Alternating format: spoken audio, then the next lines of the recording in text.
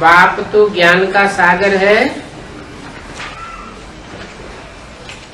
जो ज्ञान का सागर है वो कब शास्त्र आदि पढ़ते नहीं है। तो शास्त्र आदि कौन पढ़ते हैं? बाप नहीं पढ़ते तो कौन पढ़ते हैं? बच्चे पढ़ते होंगे।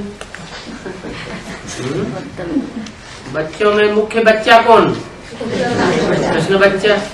तो पहले पढ़ाई पढ़ने वाला बच्चा कौन हो? कृष्ण बच्चा। पहला पत्ता, सृष्टि का पहला बच्चा, तो पहले पढ़ाई पढ़ेगा। तो वो शास्त्र पढ़ता है और शिव बाबा उसका क्लैरिफिकेशन देते हैं। 17 अप्रैल 1967 की वाणी का 3रा पेज। बाप कहते हैं मैं तो सब कुछ जानता हूं, मुझे शास्त्र रेफर करने की दरकार नहीं है। जानता हूं कि ये सब भक्ति मार्ग की सामग्री है।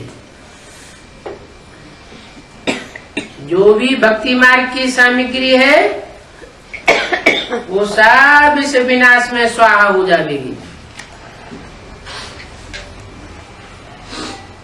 इस सामग्री से मनुष्य नीचे उतरते उतरते पतित बनते जाते हैं। भक्ति मार्ग माना ही दुर्गति मार्ग।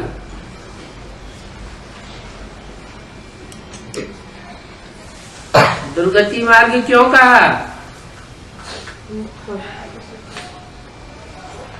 क्योंकि जो कुछ भी करते हैं अंधश्रद्धा से करते रहते हैं।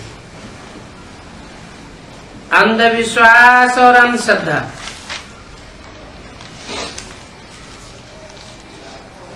ज्ञान है सदगति मार्ग। ज्ञान से सदगति क्यों होती है? क्योंकि जो कुछ भी करते हैं समझ पूर्वक करते हैं।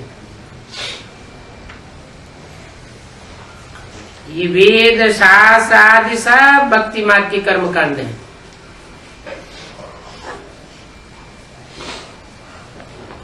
हद के या बेहद के?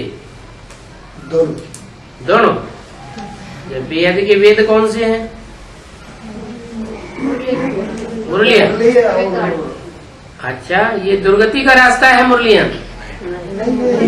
है? कागज के पत्ते। कागज के पत्ते ये है ना, कागज के पत्ते ये दुर्गति का मार्ग है? नहीं तो कहते नहीं है। वो भी दुर्गति का मार्ग है। वो भी दुर्गति का मार्ग क्यों?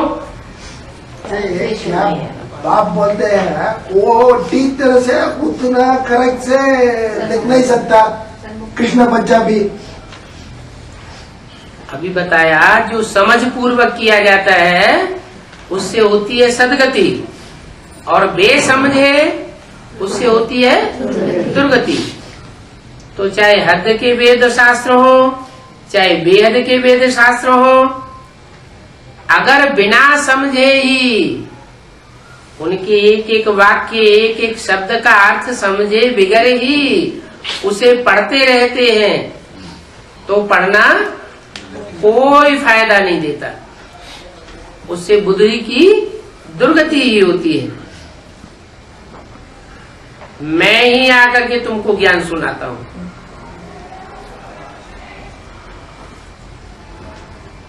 मैं माने कौन? शिव। क्या ब्रह्मा के तन में आकर के ज्ञान नहीं सुनाया?